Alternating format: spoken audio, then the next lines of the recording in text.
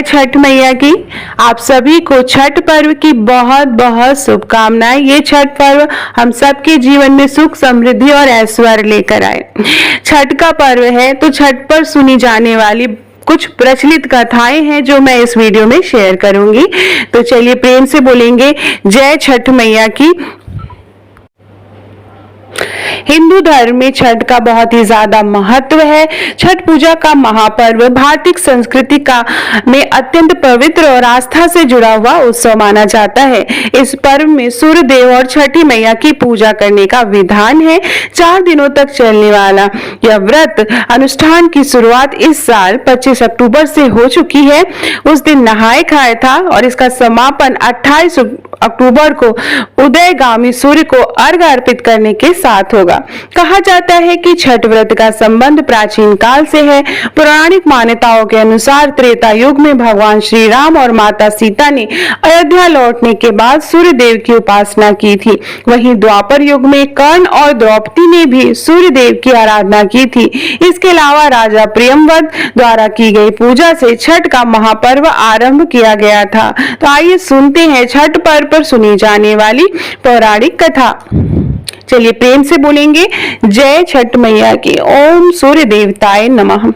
छठ पूजा की एक पौराणिक कथा राजा प्रियंवद और रानी मालिनी से संबंधित है। कहा जाता है कि राजा प्रियंवद के कोई संतान नहीं थी, जिससे वे बहुत ही ज्यादा दुखी थे। संतान प्राप्ति के लिए उन्होंने अपनी पत्नी के साथ महर्षि कश्यप के मार्गदर्शन में यज्ञ किया।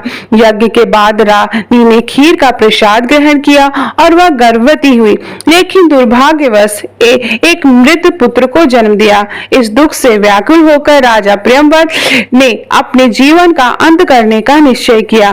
तभी उसके सामने एक दिव्य देवी प्रकट हुई, जिन्होंने कहा, मैं ब्रह्मा जी की पुत्री हूँ और सृष्टि की छठी शक्ति हूँ, इसलिए मुझे षष्ठी देवी या छठी मैया कहा जाता है। देवी ने राजा से कहा कि यदि वे उनकी आराधना करेंगे और दूसरों को भी इसके लिए प्रेरित करेंगे तो मैं उन्हें संतान सुख अवश्य दूंगी।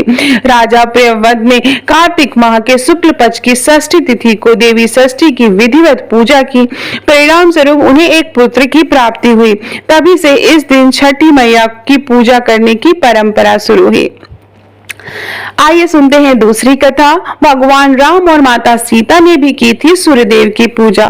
पौराणिक मान्यताओं के अनुसार त्रेता युग में भगवान श्री राम ने अयोध्या लौटने के बाद छठ व्रत की शुरुआत की थी। लंकापति रावण का वध करने के बाद श्री राम को ब्रह्म हत्या का पाप लगा था। इस पाप से मुक्ति पाने के लिए उन्हें ऋषि मुनियों ने उपाय पूछा। तब ऋषि मुग्दल ने उन्हें कार्तिक शुक्ल पक्ष की षष्ठी के दिन सूर्य देव की आराधना करने का निर्देश किया था।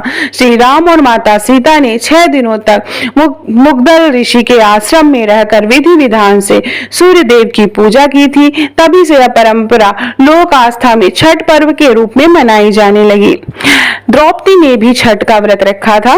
द्वापर युग में छठ व्रत का विशेष महत्व रहा है। मान्यता है कि जब पांडव कठिन समय से गुजर रहे थे, तब द्रौपदी ने छठ व्रत रखकर सूर्य देव से अपने परिवार के कल्याण की प्रार्थना की थी।